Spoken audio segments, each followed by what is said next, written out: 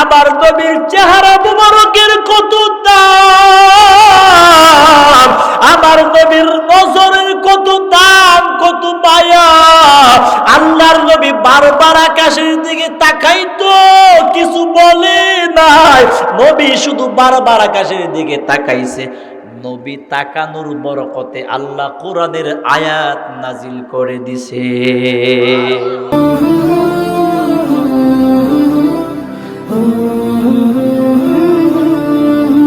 আল্লাহর কোরআনের পুরাটা অংশই সত্য, সন্দেহ আছে? পুরা কোরআনটা সত্য, কিন্তু পুরাটা কোরআন বাস্তব না। কি না? পুরা কোরআন সত্য, কিন্তু পুরাটা কোরআন বাস্তব না। এই কথাটা নতুন লাগছে, ব্যাখ্যাটা কইরে দিই, সহজে বুঝেন। আল কারিআতু মাল কারিআ ওয়া মা আদরাকা মাল কারিআ ইয়াউমা ইয়াকুনুন নাসু কাল ফারাশিল মাবসুস।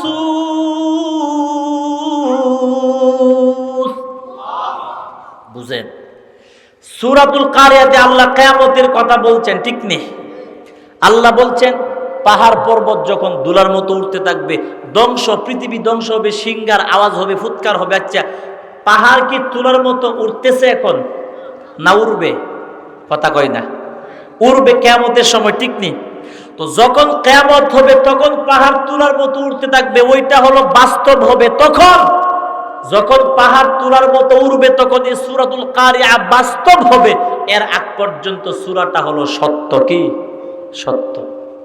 বাস্তব কোনটাকে বলা হয়? যেটা ঘটতেছে বা গইটা গেছে, এটা হলো বাস্তব, ঠিক কিনা? কিয়ামত ঘটছে, ঘটবে, তখন ওই সূরাটা কি হবে? বাস্তব হবে। আর এক আয়াতে আল্লাহ বলেন কোরআনের গবেষণা করলে গবেষণার শেষ নাই। আর এক সূরায় আল্লাহ তাআলা বলে ইদাস সামাউ ফাতারাত ওয়া ইদাল কাওয়াকিবু তাসারাত ওয়া ইদাল বিহারু ফুজ্জিরাত ওয়া ইদাল কুবুরু বুসিরাত। আল্লাহ তাআলা বলেন আসমান যেদিন টুকরো টুকরো হয়ে যাবে, তারকা পড়ে যাবে, মানুষের কবর লম্বা লম্বি হয়ে ফেটে যাবে। ওয়াইদাল কুবুরু বুসিরাত, মানুষের কবর যখন ফেটে যাবে, মানুষের কবর কি বর্তমানে ফাটছে না কিয়ামতের সময় ফাটবে? ঠিক না? কখন? সুম্মা নুফিখা ফীহি উখরা ফাইদা হুম কিয়ামুন ইয়ানজুরুন। আল্লাহ বলে ইসরাফিল যখন দ্বিতীয়বার ফু দিবে তখন পৃথিবীর সমস্ত মানুষের কবর লম্বা লম্বি হয়ে ফেটে যাবে, মানুষ কবর থেকে উঠতে থাকবে কিয়ামতের মাঠে হাজির হওয়ার জন্য, ঠিক কি না? সব পৃথিবী ধ্বংস, কেউ নাই। আল্লাহ তাআলা সর্বপ্রথম 4 জন ফেরেশতাকে আবার জিন্দা করবেন। জিন্দা করার পর আল্লাহ তাআলা ইসরাফিলকে বলবে সিংহার মধ্যে ফু দাও, সমস্ত মানুষের কবর ফেটে যাবে, কিন্তু সবাই উঠবে না। আল্লাহ তাআলা বলবে ও ফেরেশতারা, আমি আল্লাহ সবার আগে, আমি আল্লাহ আমার নবীকে রওজা পাক থেকে উঠাইতে চাই, এটা আমি আল্লাহ আমার নবীর সম্মান। সুবহানাল্লাহ। এ ফেরেশতারা, তোমরা 4 জন জান্নাতুল ফিরদাউস থেকে সুন্দর পোশাক নিয়ে যাও, মেরাজের বুরাক নিয়ে চল, আমার নবীর কাছে গিয়া নবীকে ডাক দাও। জিব্রাইল আলাইহিস সালাম বলবে আল্লাহ তাআলা তামাম দুনিয়া তো সমান, তোমার নবীর রওজা কেমনে চিনব? আল্লাহ তাআলা বলবে জিব্রাইল আরশে আজিম থেকে একটা লাইটের আলো দুনিয়ার মধ্যে গিয়া পড়ছে, যেই জায়গার মধ্যে পড়ছে ওই জায়গার মধ্যে হলো আমার পয়গম্বরের রওজা। সুবহানাল্লাহ, জোরে কোন। আসবে জিব্রাইল আলাইহিস সালাম বলবে মিকাইল তুমি নবীকে ডাক দাও, বলে পারবো না। ইসরাফিল ডাক দাও, পারবো না। আজরাইল ডাক দাও, পারবো না। বাকি 3 জন ফেরেশতা বলবে জিব্রাইল নবীর কাছে তুমি বারবার গিয়েছো, নবীর সাথে কথা বলার আদবটা আমাদের চাইতে তুমি ভালো বুঝবা, ঠিক কিনা? নবীকে তুমি ডাক দাও। এই নবীর উম্মত আল্লাহর পয়গম্বর জিব্রাইল আলাইহিস সালাম 24,000 বার আসছে। কয় হাজার? 24,000 বার নবীকে ডাক দিবে। ডাক দেওয়ার পর পয়গম্বর রওজা পাক থেকে উঠবেন। নবী আমার ডান দিকে তাকাইয়া কাঁদবে, বাম দিকে তাকাইয়া কাঁদবে, পিছনের দিকে তাকাইয়া কাঁদবে, সামনের দিকেও তাকাইয়া কাঁদবে। আল্লাহ তাআলা বলবে জিব্রাইল আবার নবীকে বল, আবার নবী কেন কাঁদে? আল্লাহর পয়গম্বরকে বলবে, নবী আমার কেন কাঁদেন?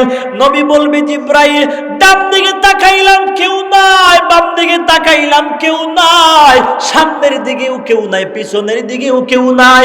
ও জিব্রাইল, আমার তো মনে হয় আল্লাহ সমস্ত উম্মতকে, আমার সমস্ত উম্মতকে আল্লাহ জাহান্নামে দিয়া সবার পরে মনে হয় আমাকে উঠাইছে, এই জন্য আমি উম্মতের জন্য কাঁদতেছি। আল্লাহ তাআলা বলবে, জিব্রাইল আমার নবীকে আমার সালাম বলে দাও, আর আমার নবীকে বল আমি আল্লাহ একজন মানুষকে উঠাই নাই, সবার আগে আমি আমার নবীকে উঠাইলাম, সেটা হলো আমার নবীর আলাদা সম্মান। বাদে আজি গুয়াম নাতে মসুতুফা আকে আলম ইয়াফতে আজুনু রাশ সফা সদ হাজারা রহমতে যা আফুরি বরওয়াই বর আলে পাকে তাহিরি। এ ভাই, আল্লাহ তাআলা বলেন, ও পয়গম্বরকে বলো আমি আল্লাহ তাআলা কাউকে উঠাই নাই, সবার আগে নবীকে উঠাইলাম, এটা আমার নবীর আলাদা সম্মান। কারণ আমার নবী তো অন্য কোন নবীর মতো না, আমার নবী তো ইব্রাহিম নবীর মতো না, আমার নবী তো ঈসা নবীর মতো না, আমার নবী তো মূসা নবীর মতো না, আমার নবী হলো ভিন্ন মর্যাদার অধিকারী। ঠিক কিনা জোরে কোন? নবীর উম্মতের দল, অন্য নবীর আল্লাহর কাছে অনেক কিছু বলা লাগতো, আমার নবী বলাও লাগে না। আমার নবীর চেহারা মুবারকের কত দাম, আমার নবীর নজরের কত দাম, কত মায়া। আল্লাহর নবী বারবার আকাশের দিকে তাকাইতো, কিছু বলে নাই, নবী শুধু বারবার আকাশের দিকে তাকাইছে। নবী তাকানোর বরকতে আল্লাহ কোরআনের আয়াত নাজিল করে দিছে। বলাও লাগে না, এটা মহব্বত। সেই নবীকে আল্লাহ সহযোগিতা করবে না তো আমাকে করবে? আমি পেশাব করে ভানি লই না, বলে নামাজ পড়ি না, ফাঁস নবী হাত তুললেই কবুল, সুবহানাল্লাহ। নবী হিজরত করে মদিনায় যাওয়ার পরে 17 মতান্তরে 18 মাস ওই বাইতুল মাকদাসকে কিবলা বানায় নবী নামাজ পড়ছেন। কয় মাস? 17 বা 18 মাস। এই বাইতুল মাকদাস ছিল ইহুদিদের কিবলা। কাদের? এ কথা কয় না, কার কিবলা? ইহুদিদের কিবলা। নবীর টিটকারি করতো, হারে আমাদের ধর্ম মুহাম্মদ মানে না, তো আমাদের কিবলাটা বড় ভাল লাগে, এগুলি করে টিটকারি করতো। নবীর কষ্ট লাগলো। কাদ নারা তাকাল্লুবা ওয়াজহিকা ফিস সামা, আল্লাহ তাআলার কাছে নবী বলেও নয় যে আল্লাহ তুমি বাইতুল্লাহ মানে কিবলা পরিবর্তন করে দাও, নবী বলেন নাই, শুধু চাইছে। আল্লাহ তাআলা বলে, জিবরাইল আমার নবী বারবার আকাশের দিকে তাকায়, নবী তো আমাকে বলে না, নবী আমার কাছে বলে না, নবী বারবার তাকাইয়া নবী বুঝাইতেছে আমি আল্লাহ বুঝলাম, চল। আল্লাহ তাআলা আয়াত নাজিল করে জানায়া দিল, ফাওয়াল্লি ওয়াজহাকা শাতরাল মাসজিদিল হারাম। মসজিদে জুলকিবলা তাই এখনো আছে। যোহরের নামাজ নবী 2 রাকাত পড়ছেন। আল্লাহ তাআলা বলে, জিবরাইল যাও আমার নবীকে গিয়া বল বাকি 2 রাকাত নামাজ বাইতুল্লাহর দিকে ফিরার জন্য। নামাজের ভিতরে জিবরাইল এসে বলে, পয়গম্বর আকাশের দিকে আর তাকানো লাগবে না, নবী গো কেন আপনি বারবার আকাশের দিকে তাকান? আল্লাহ তাআলা কিন্তু বুঝে, বলাও লাগে না। ও নবী আমার, 2 রাকাত নামাজ পড়ছেন বাইতুল মাকদাসের দিকে ফিরা, বাকি 2 রাকাত বাইতুল্লাহর দিকে ফিরে পড়েন। আজ থেকে আপনি নবীর খুশির জন্য, সমস্ত উম্মতের জন্য আমার আল্লাহ বাইতুল্লাহকে কিবলা বানায়া দিছে। আমরা সেই নবীর উম্মত, বুঝি না আফসোস। এই জন্য ভাই আমলওয়ালা হওয়া লাগবে। তো কি বলছিলাম, আল্লাহ তাআলার পুরাটা কোরআন সত্য, কিন্তু পুরাটা কোরআন বাস্তব না, ঠিক কি না? এই যে আল্লাহ বলছে ওয়াইদাল কুবুর বুসিরাত, যখন মানুষের কবর ফেটে যাবে, তো মানুষের কবর কি ফাটছে? ফাটবে। যখন ফাটবে তখন এই সূরাটা হবে বাস্তব, ঠিক কি না? আমি যে আয়াতটা তিলাওয়াত করছি, মানুষ সত্য থেকে বাস্তবতার জন্য বেশি পাগল, ঠিক কি না? মানুষ সত্যটার চাইতে বাস্তবটাকে বেশি গ্রহণ করতে চায়, বেশি প্রাধান্য দিয়ে থাকে, ঠিক কি না? সত্যটা তো আছে, কিন্তু সত্যটার চাইতে বাস্তবটা আরো নূরুন আলা নূর। এই আমি যে আয়াতটা তিলাওয়াত করছি ওই আয়াতটা বাস্তব। কিভাবে? মানে তিলাওয়াতকৃত আয়াতে, আমার তিলাওয়াতকৃত আয়াতে আল্লাহ তাআলা যেই দুইটা উপদেশ দিছে, ওই দুইটা উপদেশ যারা মানছে ওরা আল্লাহর ওলি হয়ে গেছে। একটা সে হবে, এটা না, হয়ে গেছে। যেটা হয়ে গেছে এটা বাস্তব না? এই দুইটা উপদেশ যেই ইঞ্জিনিয়ার মানছে আল্লাহর ওলি হয়ে গেছে। এই দুইটা উপদেশ যেই কৃষক মানছে আল্লাহর ওলি হয়ে গেছে। এই দুইটা উপদেশ যেই আলেম মানছে, যেই মূর্খ রিকশাওয়ালাও মানছে, সে আল্লাহর ওলি হবে না, হয়ে গেছে। আমরাও যদি এই দুইটা উপদেশ মানি, আমরাও আল্লাহর ওলি হতে পারবো কিনা? জোরে কর, কথা কই না, হতে পারবো না? এটা বাস্তব। আসলে আর একটা বিষয়, ওলি বলতে কি বুঝি আমরা? অনেক সময় ওলি বলতে বুঝি যে কারামতি প্রকাশ টকাশ হইলে ওলি না। আল্লাহর ওলি তাদেরকে বলা হয়, ওয়ালিগুল শব্দের অর্থ হলো বন্ধু। আল্লাহ ও কারামতি প্রকাশ হোক বা না হোক সেটা মূল বিষয় না। আল্লাহর ওলি হওয়ার জন্য মূল শর্ত কি? মিথ্যা কথা বাদ দিয়া, মিথ্যা কথা বাদ দিয়া যে যত বেশি আমল করবে সে তত বেশি আল্লাহর ওলি হয়ে যাবে, তত মাহবুব বান্দা হয়ে যাবে। সহজ ব্যাখ্যা। সে ইঞ্জিনিয়ার হোক, এই রিক্সাওয়ালা, যে কোনো লোক হোক, আল্লাহওয়ালা হওয়ার জন্য আলেম, হাফেজ, মুফতি এগুলি হওয়ার যোগ্যতা এটা দরকার নাই। আল্লাহর ওলি মানে আল্লাহর বন্ধু হওয়ার জন্য দুইটা জিনিস শর্ত, ঈমান এবং নেক আমল, ঠিক কিনা? ঈমান আছে, রিক্সা চালা, অসুবিধা নাই। ঈমানের পরে নেক আমল পাওয়া গেছে, লোকটা রিক্সাওয়ালা হোক, আল্লাহর বন্ধু, ওই মানুষটাকে মহব্বত করবো আমি।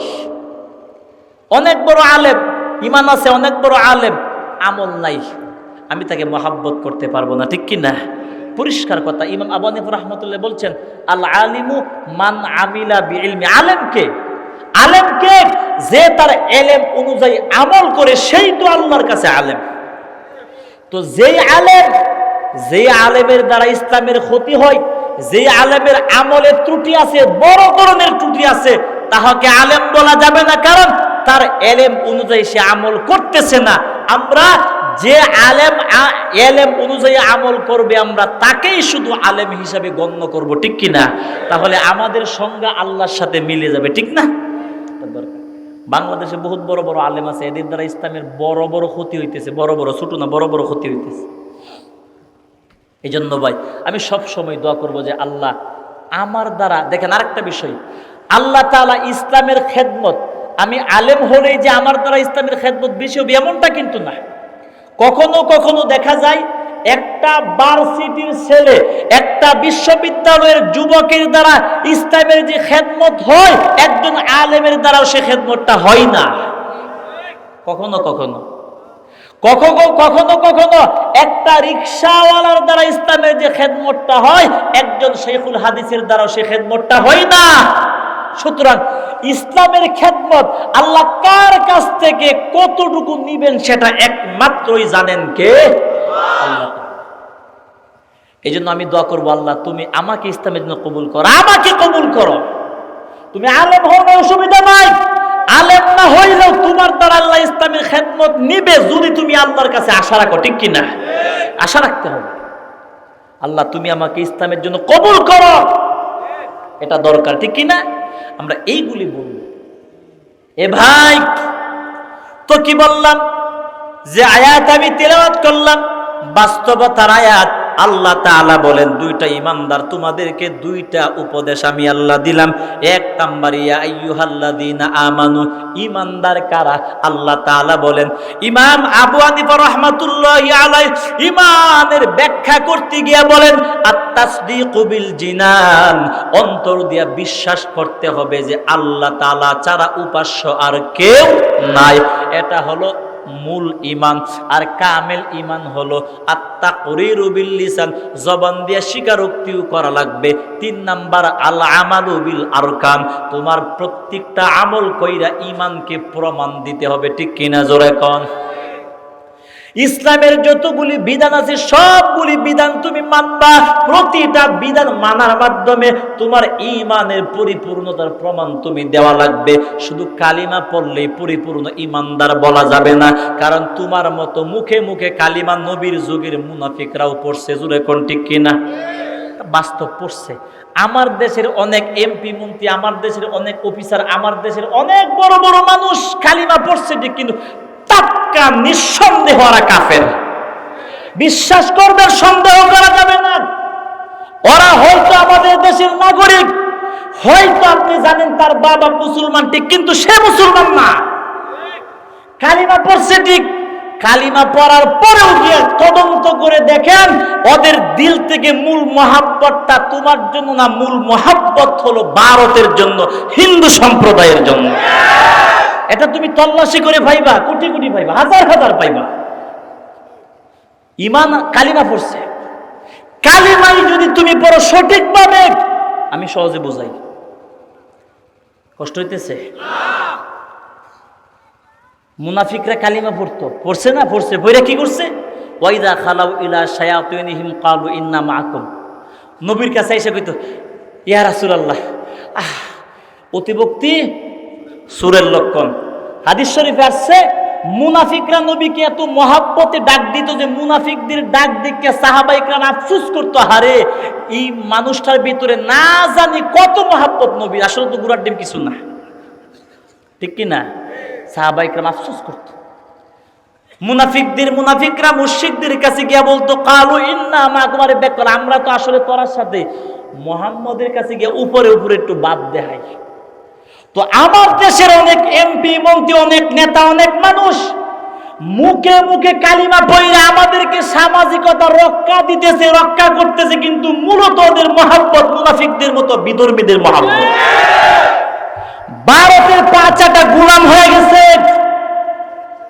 পারে না শুধু ভারতকে আল্লাহ ডাকতো। কেন? তোমার অত মায়া কেন লাগিয়া, অত মহাব্বত তোমার, তার জন্য কই ফেস্ত দিল না বিপদের সময়?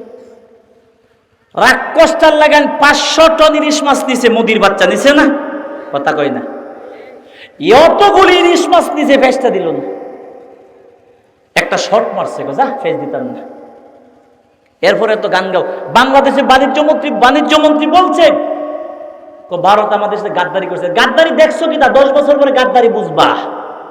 ভারতের গাদ্দারি দেখছো কি তা বুঝবা, সামনে সময় আইতেছে। এখনো যদি ঐক্যবদ্ধ আমরা হতে না পারি, ভারত আমাদের বাংলাদেশের প্রত্যেকটা মানুষকে কানে দইরা দইরা ঘুরাবে, বলার সাহস থাকবে না। সময়টা আসতেছে, অপেক্ষা করো। আমি একটা কথা এখন মনে করি, সাইদি সাহেব প্রায় 15-20 বছর আগে একটা কথা উনি প্রায় মাহফিলে বলতো যে, আমি দেখতে পাচ্ছি বাংলাদেশে বাগ্যা আকাশে উত্তর গগনে কালো মেঘ জমা হয়েছে। এই কথাটা বলতো, কিন্তু বলতো না হুজুর? বলতো প্রায় সময় এই কথাটা হুজুর বলতেন। এই কথাটা বাস্তবতা মানেটা বর্তমানে বাংলাদেশের মানুষ কিছু হলেও বুঝতেছে। এই কথাটা দ্বারা কি বুঝাইতো? ভারতের এদেরকে বুঝাইতো বাংলাদেশের ভিতরে ভারতের কয়েক লক্ষ মানুষ সরকারি চাকরিতে আছে বাংলাদেশের ভিতরে। এই তথ্য বের হয়ে গেছে। প্রশাসনের ভিতরে অনেক মানুষ আছে ভারতের, চাকরি করতেছে। না হয় মুসলমান কখনো মুসলমানকে গুলি করতে পারে না, এটা বিবেকে বাধা দিবে। মেয়া, আমি যত বড় বেআমলি হই না কেন, ঈমান তো আমার ভিতরে আছে। একটা মুসলমান যত বড় বেআমলি হোক, ঈমান তার ভিতরে আছে, সে আল্লাহকে মানে।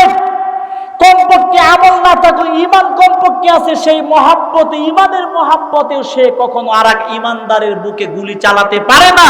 গুলি চালাইছে যাদের ভিতরে ঈমান নাই, যাদের ভিতরে ঈমান নাই, যেগুলি ঈমান হারা, ওই গুলি ছাড়া কেউ গুলি করতে পারে না, পারবেও না। এটা আমরা বুঝি। এই জগৎটা আজ খাইছি না, সব বুঝি। আফসোস, এ ভাই কষ্ট হইতেছে। তাহলে আল্লাহর ইমাম শাফি রাহমাতুল্লাহি আলাইহি বলেন, না না, শুধু আল্লাহকে বিশ্বাস করলে পরিপূর্ণ ঈমানদার হওয়া যাবে না। কালিমা পড়লে পরিপূর্ণ ইমানদার হওয়া যাবে না, কারণ ওই কালিমা মুনাফিকরাও পড়ছে, ঠিক কিনা? তোমার কালিমার দ্বারা বাস্তবতার মিল থাকা লাগবে, ঠিক কিনা? জোরে কোন। বাস্তবতার মিল হলো তুমি মুসলমান, তুমি ইমানদার। আল্লাহকে যারা কাউকে তুমি মানতে পারবা না। মসজিদে তুমি যাইবা, সাজদা দিবা, মসজিদের মধ্যে সাজদা দিবা, হিন্দুদের মন্দিরের মধ্যে গিয়ে প্রণাম করবা, বুঝতে হবে কিছু সমস্যা আছে, ঠিক কিনা? একটা আছে তাদেরকে সম্মান জানো। আমি নিজে আমার বাসা যেখানে, আমি নিজের চোখে দেখছি না, কিন্তু খুব কাছের মানুষ বলছে, ওই এলাকার এক লোক একটা ডাইরেক্ট হিন্দুদের মণ্ডপের মধ্যে গিয়া ডাইরেক্ট আতগুলি এমনি দিয়া এমনি ডাইরেক্ট এক থেকে ডাইরেক্ট আমাকে দেখাইছে ছেলেরা। তো এখন তো সেও তো কালিমা পড়ছে না? তো কালিমা পড়ে মূর্তিকে যে প্রণাম করলা, কি বুঝাইলা? মূর্তিকে প্রণাম করা আল্লাহকে, আমরা যে আল্লাহকে সেজদা দেই আর হিন্দুরা মূর্তিকে প্রণাম করে দৌড় এক হয়ে গেল। তুমি এগুলি করো কেন? তো বুঝতে হবে তোমার কালিমার ভিতরে ভেজাল আছে, ঠিক কিনা? আল্লাহ তাআলা বলেন ইমানদার, আমি আল্লাহকে যারা মানো, পরকালকে যারা মানো, কবরকে যারা মানো, তোমরা ইমানদার। আল্লাহ তাআলা বলেন আমি আল্লাহ চাই না তোদের ইমানটা নষ্ট হোক, এটা আমি আল্লাহ চাই না। আল্লাহ কি চাই যে ইমান নষ্ট হয়ে যাক? আল্লাহ বলে বান্দা তোদের ইমানটা নষ্ট হোক, এটা আমি আল্লাহ চাই না। তোদের ইমানটা নষ্ট হয়ে যাক, এটা আমি আল্লাহ মানতে পারি না। আল্লাহ তাআলা বলে গোলাম তোদের ইমানটা ঠিক যাতে থাকে, এই জন্য আমি আল্লাহ দামি দুইটা উপদেশ দিলাম। কয়টা? এক নাম্বার ইত্তাকুল্লাহ, আমি আল্লাহকে ভয় করো, তাকওয়াওয়ালা হয়ে যাও। ভয় করো এর অর্থ কি? মুফাসসিরিন বলেন এর অর্থ হলো তোমার দিলটাকে তাকওয়াওয়ালা দিল তুমি চেষ্টা করে বানাও, তাকওয়াওয়ালা দিল তুমি বানাও। তোমার দিলটা যখন তাকওয়াওয়ালা দিল হবে, তোমার তাকওয়াওয়ালা দিলটা জায়গায় জায়গায় তোমার ঈমানটাকে বাঁচাবে, হেফাজত করবে, নষ্ট হবে না, ঠিক কি না? ঈমান বাঁচাবে, তাকওয়াওয়ালা দিল না হয় পারবা না। অফিসের ভিতরে গিয়া টেবিলের তলে দিয়ে হাত দিয়া বিকাশের মাধ্যমে যে তুমি ঘুষ খাও অফিসার, এই ঘুষ তুমি খাইবা না যখন তোমার তাকওয়াওয়ালা দিল হবে, ঠিক কিনা? যখন তোমার দিলটা তাকওয়াওয়ালা হবে, তোমার তাকওয়াওয়ালা দিল তোমার বিবেকরে বলবে ওরে বিবেক, কিয়ামতের মাঠে জবাব দেওয়া লাগবে, ঘুষ খায়ও না। আল্লাহ তাআলা বিচার করবেন। তোমার তাকওয়াওয়ালা দিল যখন তোমার বিবেকরে ওই কথাটা বলবে, তখন তুমি আর ঘুষ খাইবা না, ঠিক কিনা? যখন তুমি ঘুষ খাওয়া থেকে বাঁচবা, তোমার ঈমানটা হেফাজত থাকবে, ঠিক কিনা? জোরে কোন। এই জন্য আল্লাহ বলেন তোমার ইমানকে ঠিক রাখার জন্য দুইটা উপদেশ। এক নাম্বার তাকওয়াওয়ালা দিল বানাইতে হবে চেষ্টা করে, ঠিক কিনা? তুমি চেষ্টা একদিনে হবে না, চেষ্টা করতে করতে করতে করতে তোমার দিলটা তাকওয়াওয়ালা হবে, মানে ভয়ওয়ালা দিল হবে। মানে তোমার দিলটা, তোমার কলবটা আল্লাহওয়ালাদের তাকওয়াওয়ালা কলব হবে। গুনাহ থেকে তোমার দিলটা তোমার ইমানকে জায়গায় জায়গায় বাঁচাবে। তুমি একটা গুনার কাজ করতে চাইবা, তোমার দিল বলবে যে দেখ মরতে কিন্তু হবে, তুই কবরে যাওয়া লাগবে, গুনাহটা করিস না। এই কথাটা তোমাকে কেউ বলবে না, নীরবে তোমার দিল, তোমার কলব তোমাকে বলবে। ওই জায়গায় তোমার তাকওয়াওয়ালা কলব তোমাকে ঈমানটা বাঁচাবে গুনাহ থেকে, ঠিক কিনা? জোরে কর। আল্লাহ বলে এক নাম্বার তোমার দিলটাকে তাকওয়াওয়ালা দিল বানাও, তাহলে তোমার ঈমানটা, দেখেন আল্লাহ বলে তোমার তাকওয়াওয়ালা দিল তোমার ঈমানকে বাঁচাবে, ঠিক কিনা?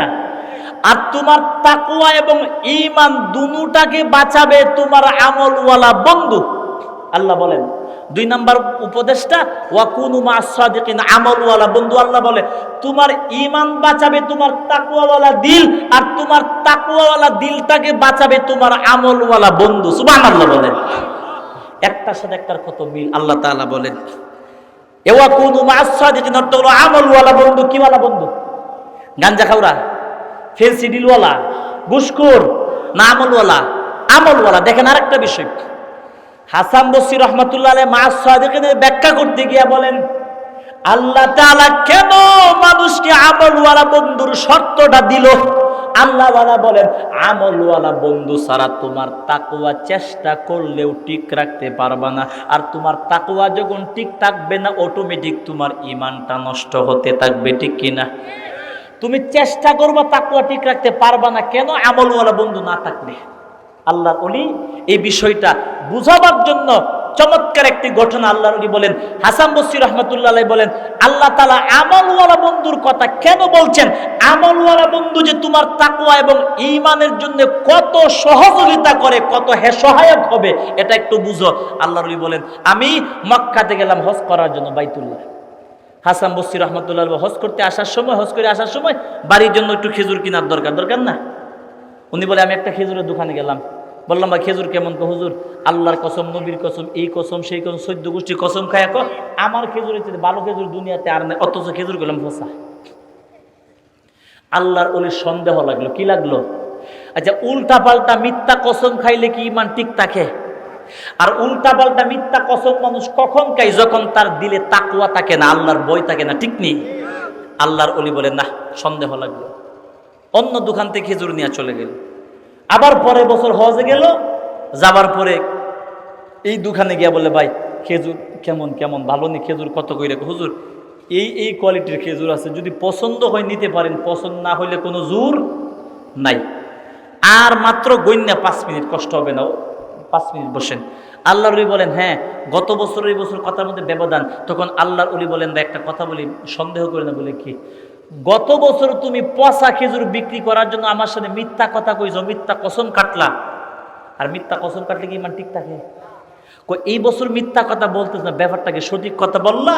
দোকানদার চোখের পানি চাইরা দিয়া বলে, আল্লাহর ওলি, গত বছর আমার আমলওয়ালা বন্ধু ছিল না, আমলওয়ালা বন্ধু না থাকার কারণে আমি মিথ্যা কথা বলতে বাধ্য হয়েছিলাম।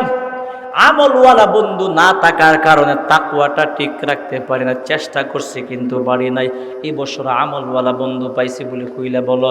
আল্লাহর ওলিকে বলে, হুজুর আমার গত বছর আমার বউ ছিল, আমার বউটা বড় বেআমলি, আমার বউটা বড় খারাপ, আমার বউটা 24 ঘন্টা আমাকে প্রেসার দিয়ে রাখতো, আমার বউ 24 ঘন্টা আমাকে চাপ দিয়ে রাখতো বিভিন্ন টাকার জন্য, অনেক কিছুর জন্য। আমি আমার বিবির চাপের মধ্যে পুইরা মিথ্যা কথা বলতে বাধ্য হই। আমার বিবি আমাকে বলতো, আজকে যেমনে ভাড়া এমনি 2000 টাকার খেজুর বিক্রি করাই লাগবে, 2000 টাকার খেজুর বিক্রি না করে বাড়িতে আইলে কেল্লা ভাড়াইলাম, উল্টা পাল্টা চাপ দিত। আমি আমার বিবির চাপে পড়ে মিথ্যা কথা বলতাম খেজুর বিক্রি করার জন্য, মন চাইতো না কিন্তু বাধ্য হইতাম। আমার ওই বিবিটা মারা গেল, আলহামদুলিল্লাহ। বিবিটা মারা যাওয়ার পর আমি আর একটা বিয়ে করলাম, বাসর করে সব ক্লিয়ার করলাম। ও বিবি, আমার আগের বিবির সব ঘটনা আমি নতুন বউয়ের কাছে বললাম। নতুন বিবির কাছে বলার পর আমার নতুন বিবি আমাকে ডাক দিয়ে বলে, ও স্বামী আমার, ও স্বামী আমার, হাতের 5টা আঙ্গুল কিন্তু এক না। আল্লাহ তাআলা আমাকে আমলওয়ালা মায়ের গর্ভে জন্ম পাঠাইছেন, আল্লাহ তাআলা আমাকে আমলওয়ালা সন্তান বানাইছেন। ও স্বামী আমার, আজকে তুমি আমার কাছে ওয়াদা করো, আমি তোমার বিবি তোমার কবরে যাব না। ও স্বামী আমার, আজ থেকে আমার সাথে বাসর করে ওয়াদা করো, মরণ পর্যন্ত আমি বিবিকে খুশি করার জন্য কখনো আল্লাহকে নবীকে বেজার করবা না। এ ওয়াদা দাও। এ স্বামী আমার, হারাম খাদ্য আমি খাইব না, হালাল টাকা অল্প যদি হয় আমাকে দিব, অসুবিধা নাই। নবীর কন্যা ফাতেমা না খায় যদি থাকতে পারে আমিও পারবো, এরপরে হারাম খাবো না। ও স্বামী আমার, ব্যবসার মধ্যে মিথ্যা কথা বলবা না, মিথ্যা কথা বললে ঈমান ঠিক থাকে না, আমল ঠিক থাকবে না। সত্য কথা বলবা, সত্য কথা বলার পরে খেজুর কেউ যদি কিনলো তো কিনলো, না কিনলে জোর নাই। রিজিকের মালিক কে? ওই স্বামী ডাক দেয়া বলে, আল্লাহর ওলি, আমার বিবিটা বড় আমলওয়ালা বিবি, আমার বিবির পক্ষ থেকে কোনো চাপ নাই, কোনো টেনশন নাই। এই জন্য আমার বিবির চাপ না থাকার কারণে মিথ্যা কথা বলাও লাগে না, মিথ্যা কথাও বলি না, ঈমানটাও নষ্ট হয় না, ঠিক কি না? আমি আর একটা আরো সহজে বুঝাই। আমাদের বাংলাদেশে অনেক অফিসার ঘুষ খাইতে আসলে ছানা, কিন্তু কেন ঘুষ খা জানেন? বাস্তবতা। অফিসার বেতন মনে করেন 50,000 টাকা, বউ ঈদের মার্কেটের লিস্টে দিছে 80,000 টাকা, তো বাহি 30,000 টাকা দিয়ে চুরি করবো? ওই বিবির চাপের মধ্যে পড়ে ইচ্ছা না থাকলেও বাধ্য হয়ে বাকি 30,000 টাকা ঘুষ খাইতে হয়। আল্লাহর ওলি হাসান বসরি রাহমাতুল্লাহ আলাইহি বলেন, এই জন্য আল্লাহ তাআলা বলছে তোমার ঈমানকে ঠিক রাখার জন্য দুইটা জিনিস লাগবেই। আমলওয়ালা, ওই তোমার তাকওয়াওয়ালা দিল লাগবে, আমলওয়ালা বন্ধু লাগবেই। আমলওয়ালা বন্ধু আর তাকওয়াওয়ালা দিল না থাকলে চেষ্টা করবা কিন্তু ঈমান বাঁচাইতে পারবা না। চেষ্টা করবা কিন্তু পারবা না। মা'আস সাদিকিনের একটা ব্যাখ্যা হলো আমলওয়ালা বন্ধু, আমলওয়ালা বন্ধু। আরেকটা ব্যাখ্যা করছেন মা'আস সাদিকিনের আরেকটা ব্যাখ্যা হলো আমলওয়ালা পরিবেশ, আমলওয়ালা পরিবেশ। দেখেন আল্লাহ যে বলছেন যে আমলওয়ালা বন্ধু তোমার তাকওয়া ঠিক রাখবে আর তোমার তাকওয়া তোমার ঈমানকে ঠিক রাখবে। মনে করেন আপনার ছেলেকে বিয়ে করাইছেন, আপনার ছেলেকে, আপনি নামাজ টামাজ তেমন পড়েন না, কিন্তু আপনার ছেলের শ্বশুর মাশাআল্লাহ দাড়ি টাড়ি আছে, খুব আমলওয়ালা নামাজি। একদিন, 2 দিন, 3 দিন, 1 মাস, 2 মাস দেখতে দেখতে একদিন হলেও আপনার বিবেকে বাধা দিবে যে না, আমার ছেলে আপন শ্বশুর আমার বিয়াই, আরে আমার বিয়াই নামাজ পড়তো আমি পড়তে পারি না, এটা খারাপ লাগে, বিবেকে বাধা মারবে। আপনার আমলওয়ালা বিয়াই বন্ধুর উসিলাই আপনার তাকওয়া এবং ঈমান ঠিক হয়ে যাবে। আপনার বিয়ের দেহা দিয়ে আপনি একদিন নামাজ পড়তে বাধ্য, ঠিক কি না? এই জন্য আল্লাহ বলছে তোমার আমলওয়ালা বন্ধু তোমার তাকওয়াকে বাঁচাবে, হেফাজত করার জন্য মরণ পর্যন্ত সহযোগী হয়ে যাবে, ঠিক কি না? জোরে কোন। এই যে এখানে কথার কথা, এখানে যে বসছেন, এটা আমলওয়ালা পরিবেশ না? এই সময়টা যদি আপনি শাস্ত্রলে থাকতেন, নিম্নেও 10টা কবিরা গুনাহ কবিরা মিথ্যা কথা বলতেন, ঠিক কিনা? উল্টাপাল্টা গীবত আউলা জাউলা কথা বলতে। এই পরিবেশে যতক্ষণ মানুষ বৈশা থাকে ততক্ষণ কি গুনাহ করতে পারে? পারে না। আরেকটা উদাহরণ বুঝেন, মনে করেন একটা মানুষ বেনামাজি, নামাজ টামাজ পড়ে না, কিন্তু সে প্রায় সময় মাদ্রাসায় যা, আল্লাহওয়ালাদের সহবতে মাঝে মধ্যে যা। মনে করেন মানুষটা মাদ্রাসায় প্রায় সময় যাওয়ার পরে মাদ্রাসার ছেলেরা যখন আজান দেয়, মাদ্রাসার ছেলেরা পাগড়ি বাইন্দা সুন্দর পরিবেশে নামাজ পড়ার জন্য প্রতিদিন মসজিদের মধ্যে যায়। এই বেনামাজি মানুষটা একদিন, 2 দিন, 1 সপ্তাহ, 2 সপ্তাহ, 1 মাস হঠাৎ করে তার বিবেকে সাড়া দিবে যে হারে আমার বয়স 40, নামাজ পড়ি না, অথচ এই ছোট ছোট ছেলেরা, আমার ছেলের বয়সের ছেলেরা মাশাআল্লাহ 5 ওয়াক্ত নামাজ পড়ে, অথচ আমি নামাজ পড়তে পারি না। এটা খারাপ লাগবে, দুঃখ লাগবে। মাদ্রাসার ছেলেদের নামাজের পরিবেশ দেখতে দেখতে ওই বেনামাজি মানুষটাও একদিন আমলওয়ালা হয়ে যাবে, নামাজি হয়ে যাবে। এই জন্য আল্লাহ তাআলা বলেন তোমার ঈমানকে ঠিক রাখতে হলে 2টা জিনিস লাগবেই, আমলওয়ালা বন্ধু লাগবে আর তাকওয়াওয়ালা দিল তোমার লাগবে, ঠিক কি না? এই 2টা জিনিস থাকলে দেখেন আপনার ছেলে যে এই ঢাকা বিশ্ববিদ্যালয়ের ছেলেদের নষ্ট হয়ে হঠাৎ করে কিন্তু হয়ে যায় না। দেখা গেছে একটা ছেলে গাঞ্জা কি বুঝতো না, ইয়াবা ট্যাবলেট কি বুঝতো না, ওই ছেলেটা তার ক্লাসমেট আছে না, তার ক্লাসের দেখা গেছে একটা ক্লাসের 2টা ছেলে খারাপ, ওই 2টা ছেলের সাথে আপনার ছেলেটা চলতে চলতে চলতে চলতে কিন্তু আস্তে আস্তে খারাপ হয়ে যায়। একদিনে খারাপ হয় না, আস্তে আস্তে আস্তে আস্তে। এই জন্য আল্লাহ তাআলা বলেন আমলওয়ালা বন্ধু যখন তোমার থাকবে, ওই আমলওয়ালা বন্ধু তোমার ঈমানকে হেফাজতের জন্য অনেক বড় উসিলা হয়ে যাবে। আর বেআমলি বন্ধু নিয়ে চলবা, বেআমলি বন্ধু নিয়ে তুমি চললে তুমি যতই চেষ্টা করো আমল ঠিক রাখতে পারবা না। আর আমল ঠিক না থাকলেই তো ঈমান নষ্ট হয় নাকি? এই জন্য ভাই আল্লাহ তাআলা বলে এই 2টা জিনিস আমি আল্লাহ তোমাদেরকে বললাম, এই 2টা উপদেশ দুনিয়ার যে কোনো মানুষ মানছে আল্লাহর ওলি হয়ে গেছে। আমরাও যদি 2টা জিনিস, ওই 2টা উপদেশ আমল করতে পারি, আল্লাহ আমাদেরকেও মাহবুব বান্দা বানাবেন ইনশাআল্লাহ, ঠিক কি না? এই 2টা জিনিস আমরা মানার চেষ্টা করব। আল্লাহ তাআলা আমাদের সকলকে তৌফিক দান করুক, বলেন আমিন।